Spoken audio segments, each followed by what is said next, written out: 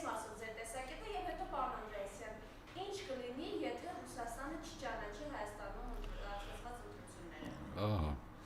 Ուրեմն սկսեմ այդ վերջից, վերջից սկսեմ, եթե Ռուսաստանը չճանաչի, գիտեք ինչ, իրավիճակը այսպեսին կլինի։ Եթե ռուսները չեն ճանաչում Հայաստանի ընտրությունների արդյունքները, դրանով Հայաստանի կյանքում, այսինքն սրանք մնում են, ռուսները չեն ճանաչում, Հայաստանի կյանքում որևէ լավ փոփոխություն լինել չի կարող։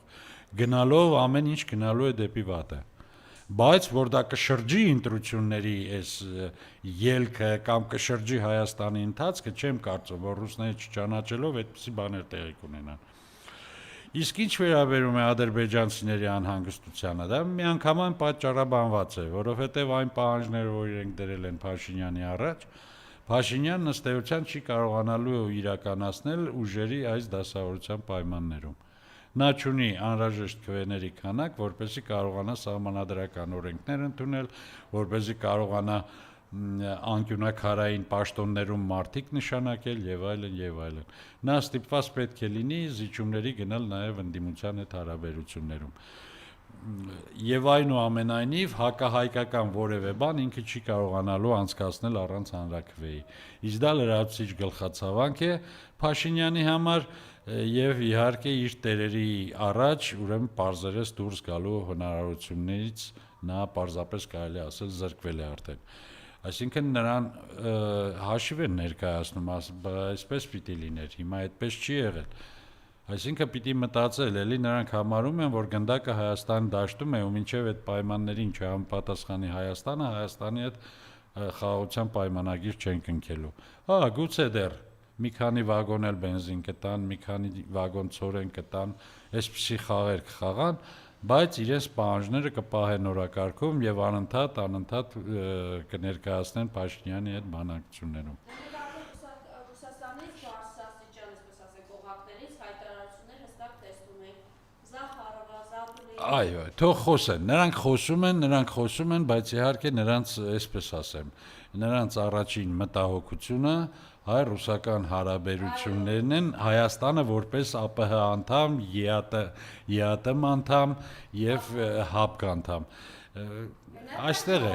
այդ կառույցները ռուսներն են ի վերջո ստեղծել եւ այստեղ այդ կառույցների ուրեմն քանդվելու, այդ կառույցներում ինչ որ անհամաձայնություններ սկսվելու process կարող է գնալ։ Այդ տեսակետից են նրանք շահագրգիռ այս պահին Հայաստանում տեղի ունեցող այս իրադարձություններով։ Իհարկե մենք գիտենք նաև, որ Հայաստանը ինչ որտեղ նաև պլազդարմ է Ռուսաստանի համար այս տարածաշրջանում իր ուրեմն շահերը պաշտպանելու եւ իր ներկայությունն ապահովելու համար։ Այս իմաստով ուրեմն ռուսները շահագրգիռ են, բայց որ ասեմ, թե ռուսները ասենք ենթադրենք Հայաստանի կորստով կարող են չգիտեմ, ես ինչ կորուստներ ունենալ, ես դա ուղղակի շատ թույլ այսպես պատճառաբանություն եմ համարում, որովհետև այնտեղ որտեղ Հայաստանը կզիջի, ուրեմն ռուսների համար պատրաստ կանգնած է Ադրբեջանը, ընդհուպ մինչև եւ ՀԱՊԿ անդամ դառնալը, ընդհուպ մինչև եւ ԵԱՏԲ մեջ մտնելը։ Ադրբեջանը այդ ամեն ինչին էլ պատրաստ է եւ այստեղ հավասարակշռությունը պահելու համար նա շատ մեծ խաղի մեջ է Ադրբեջանը։ Այստեղ մեծ խաղ է գնում։ Ուղղակի անհասկանալի է Հայաստանի դիրքորոշումը, թե իր փոքր հալով ինչպես է այսպես մարտահրավեր ուղարկում, ասենք, գերտերություններին ու իր հարևան այդ պետություններին, որոնց հետ դեռ գտնվում է պատերազմի մեջ։ Չմոռանանք նաեւ Թուրքիայի հանգամանքը։ Ռուս-թուրքական հարաբերությունները բոլորիս են հայտնի, պատմության մեջ երբեք հաշտություն չի եղել այդ երկրների միջև։ Չես իմանա, թե վաղը ինչ կլինի։ Այսքանով ռուսները հետաքրքրված են Հայաստանում իրենց ներկայությամբ։ Բայց եթե բանը հասնում է, ինչպես ասում են, ոսկորեն, իրենք էլ հիմա խառը-վիճակների մեջ են Ուկրաինայում, մի օր էլ կարող ասեն, դե գնա հերնել անեցած ինչ ուզում է թող լինի։ Իրենք հայ ժողովրդից ներողություն են խնդրում ու հստակ ասում են, թե ով է մեղավորն այս ամենի։ Երբեք նման բան չէր եղել, որ Ռուսաստանը Հայաստանի իշխանությունների հանդեպ այսպիսի չոր, այսպիսի չգիտեմ, քննադատական կեցված դրսևորել։ Միշտ էլ համարում էր գործընկեր, միշտ համարում էր բարեկամ երկիր եւ այլն։ Սա լրիվ նորություն է, նոր խոսույթ է ռուսական հարաբերությունների մեջ։ Այդպես չպետք է լիներ։ Եվ մեր այս բոլոր դժվարությունների, այս վերջին շրջանի մեր բոլոր անհաջողությունների պատճառը հենց հայ-ռուսական հարաբերությունների խաթարման մեջ պետք է փնտրել նաեւ։ Այնպես չեղավ, որ մենք շատ լավ հարաբերություններ էինք, Ռուսաստանը չգիտեմ ինչեր արեց, որ մենք ընկնենք այս վիճակի մեջ։ Մեզնից է սկսվել, չէ՞ ամեն ինչ։ Ռուսաստանը մինչև վերջ պնդում էր, որ Արցախի հարցը լուծված չէ։ Վլադիմիր Պուտին, Արցախի հարցը շատ նուրբ հարց է։ Այն դեռևս չի լուծվել։ Մարդը գնաց Պրահայում հայտարարեց, որ Արցախը Ադրբեջան է։ Չգիտեմ, հիմա ինչքան որ, ռուսները այնպես չի, որ մեզնից ավելի շատ են սիրում Արցախը, չէ, բայց տեսեք նույնիսկ այս վիճակում իրենք համարում էին, որ ուժերի կամ բալանսի խախտում է տեղի ունենում տարածաշրջանում եւ նոր լուրջ խնդիրների կարող են իրենք բախվել։ Այս սրա համար են ռուսները խոսում։ Ռուսներին հայ ժողովրդի ճակատագիրը շատ ներողություն, գուցեև չի էլ հետաքրքրվում։ Գուցե չի էլ հետաքրքրում։ Սա լսեք, էլի քանի որ զուգահեռ են ընթանում, ազգային ժողովում է Գևորգ Պապայանն ասում, մարդիկ տարիներով սովորել են գյուղմթերքը Ռուսաստան արտահանել, հիմա մի քիչ տարօրինակ է, որ Հունաստան են տանելու, ոչինչ կսովորեն։ Դա շատ խելացի տղա է այդ Պապոյանը իմիջիայլոց։ Դե ասում են, այսինքն իրանք են ասում, Փաշինյանը ասեց, այդ համարեք Պապոյանն էլ է նույնն ասում։ Ասում է կգան այստեղ ելակ կուտենք, կստացվի, որ մեր ելակը արտահայտեցին։ Կգանք այստեղ ծիրան կուտենք, կստացվի, որ մեր ծիրանը արտահանեցինք։ Դե այսպես են մտածում այս մարդիկ։ Հիմա լավ Հունաստանը, այդ էլ հայտարարություն է, ես վստահ չեմ, թե նրանք Հունաստան ինչ-որ բան կտանեն կամ Եվրոպա ինչ-որ բան կարող են արտահանել։ Այդ նույն բանը ինչ-որ իրանք պատրաստվում են արտահանել, Եվրոպայում ուղղակի շան ոտի հետ գնում է, այնպես չի, որ այդ մարդիկ սպասում են հենց հայկական արտադրանքին։ Այդ մարդիկ դեռ հարց է, ձեռք կտան հայկական արտադրանքին, թե ձեռք չեն տա, մտածելով, թե որտեղից է եկել։ Հայաստանը ինչ է մնացել Հայաստանի բնությունից, կեղտոտ օդ, կեղտոտ, չգիտեմ, միջավայր, ծառահատումներ, եւ այս միջավայրում աճեցված ինչ-որ ելակ, քիմիական ձևերով պիտի գնա Ռուսաստան, պիտի գնա Եվրոպան վաճառվի։ Եվ հետո այդ շուկան շատ մեծ է մրցակցություն, ախր չգիտեմ էլի, ասենք սա ինչ է, դու նույնիսկ քո ջուրը չես կարողանում արտահանել, ջուր, որ աշխարհում ամենամեծ պահանջարկն ունի։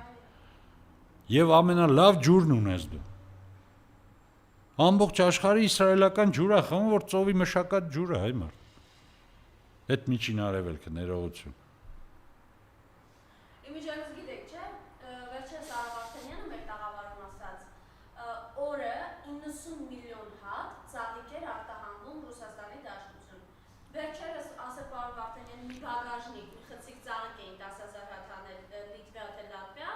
մեծ դա հասանք Եվրոպա, այդ իրականում պատկերը հետևյալն է, որ ոչ էլ ծաղիկ են կարողանում արտահանել, ուղղակի ջրի գնով, ինչպես ասում են, դրել է Սամվել Ալեքսանյանի պատկանող խանութներում վաճառել։ Հա, դե մի ինչ-որ ձևով պիտի կորցնեն այդ ապրանքը, ինչ-որ տեղով պիտի այդ ձեռներեցներին դեռևս պահեն, որպեսզի նրանք էլ իրենց բողոքը չարտահայտեն, եւ այս հակառուսական հիստերիա։ Գևորգյանը լավ է գրել այսօր Սամվել Ալեքսանյանի պատկանող հայտի սուպերմարկետը ԵՄ երկրների շարքում է։ Այո։ Ոչինչ, այդ նորից եմ ասում, սա գործարարները մի քիչ դեռ տաք են, էլի, հետո կզգան թե ինչ է նշանակում ռուսական շուկայի փակվել է իրենց համար, եթե ասենք թվերին նայեմ, ես տնտեսագետ չեմ, այնտեղ ամենապարզը թե Հրանտ Բագրատյանը, թե մյուսը մեր տնտեսագետներից, ստակ ասում է, որ դա խելագարություն է շուկայից հրաժարվել է, շուկան փակել է Հայաստանի համար։ Ամեն ինչ կորցնեն, ամեն ինչ կործանվի։ Չհաշված արդեն քաղաքական ուրեմն լարվածությունը, թե այնտեղ ինչ կարող են անել հայ գործարարներին եւ Հայաստանը գոնե դրամով իրենց աշխատած փողերով Հայաստանը պահող այդ մարդկանց։ Ուղղակի կհանեն եւ Ռուսաստանից դուրս կուղարկեն։ Կմնանք այսպես, չգիտեմ, մի կարգավիճակում, որտեղ Գիտես ոնց է սա, ոչ բարեկամ ունես, հայտնվել ես մի հատ հարսանիքի մեջ, որտեղ ոչ բարեկամներ ունես, ոչ ինչ-որ, չգիտեմ, քեզ ճանաչողներ, ոչ մի բան չունես, ուղղակի հայտնվել ես այս հարսանիքի մեջ, այս կողմը մտածում է դու հարսի կողմից ես, այն կողմը մտածում է փեսու կողմից ես, հələ որ բան չեն անում, բայց ի վերջո կպարզվի, որ դու ընդամենը օտար մեկն ես եւ քեզ շատ հանգիստ ձևով դուրս կհրավիրեն այդ հարսանիքից, այսպես չի լինում, սա քաղաքականություն չի, քաղաքականությունը պետք է հիմնվի կապերի վրա, պիտի ճանաչողության վրա, չգիտեմ, այնտեղ հազար ու մի բաներ կա քաղաքականություն վարելու համար, արտաքին քաղաքականություն, Արարատ Միրզոյան, իր քաղաքական թիմի երկրորդ համարն է կարծեմ, Այմարդ, ես ամեն ինչը ձախողել ես, ամեն ինչ ձախողել ես քո բանակցություններով, դու եւ Նիկոլը ձախողել եք, այսօր քաղաքացիական պայմանագրի առաջի երկու համարում եկել եք, թե մենք 50%-ից ավել ենք ստացել, ոնց կարող եք 50%-ից ավել ստանալ դուք։ Ինչ եք արել, որ ստացել եք այդ ձայները։ Պետական ռեսուրսի կիրառման մասին երկու խոսք ուզում էի ասել։ Սխայտարակությունը հետևում է այդ քարոզարշավին։ Ուրեմն քաղաքացիական պայմանագրի ավտոբուսները գալիս կայանում էին կառավարության շենքի տակ։ Կառավարության շենքի դիմացի մայթից էին մեկնում քարոզարշավի։ Սա ի՞նչ բան է, չեմ հասկանում։ Այս ի՞նչ նույնացում է իշխանություն, պետություն եւ քաղաքացիական պայմանագիր։ Դե արդեն պաշտոնյաների մասն էլ չեն ասում, որոնց ուրեմն հարկադրաբար բերում են հանրահավաքների, հարկադրաբար ուղարկում են այստեղ այնտեղ քվեարկելու։ Չգիտեմ, ոչ մի բան չեմ կարող ասել, ուղղակի որ դուք էլ ասեցիք, որ հուսահատվել չկա, իհարկե չկա հուսահատվել։ Այս իրավիճակում հուսահատվել նշանակում է, որ իրենք մարսեն այս հսկա կեղծարարությունը։ Հասկանում եք, աշխարհի ոչ մի ընտրական օրենսգրքով դա թույլատրված չէ, իրենք արել են, եւ Վահագն Հովակիմյանը երևի այսօր պիտի լիներ այն պաշտոնյան, որ առաջինը հրաժարական տար այս ամենից հետո։ Եղբայր, քո անելիքը, քո ուրեմն գործառույթները իրականացրել է վարչապետը, առաջինը հայտարարել է իր հաղթանակի մասին։ Սա քո գործառույթը պիտի լիներ, ոչ թե նրա։ Դու դեռ այստեղ հաշվում ես, նա հայտարարում է, մի հատ զանգեիր ասեր, պարոն վարչապետ, ես դեռ չեմ վերջ ասել, դու ես ինչեր ես հայտարարում։ Այստեղ ձևը դա է, արևմտյան ընդունված ձև է, նորից կրկնեմ, գնալ, նախապես հայտարարել ուրեմն հաղթանակի մասին, շնորհավորանքներ ստանալ եւ կեղծ ուրեմն պատկեր, որ ես արդեն հաղթել եմ, տեսեք ինչ շնորհավորում են եւ այլն։ Այս ամբողջ պատմության մեջ էլ այն Վրաստանի խես վարչապետն ընկա, որ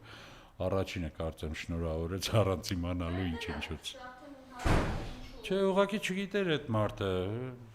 ամենամոտ երկիրն է իրենց հարևան, երևի փորձել է առաջինը լինել, եղել է, բայց չգիտի թե Նիկոլը ինչ խաղացել մեր ժողովրդի գլխին։ Ընկճվել չկա, այս միանշանակ այստեղ պայքարը պիտի շարունակել, որտեղ էլ լինի, փողոցում, խորհրդարանում, ինչպես կորոշի ընդդիմություն, թող այնպես էլ վարվի։ Ժողովուրդը, որ իրեն քվե է տվել այս ընտրություններում, այդ ժողովուրդը այդ ընդդիմության հետ է։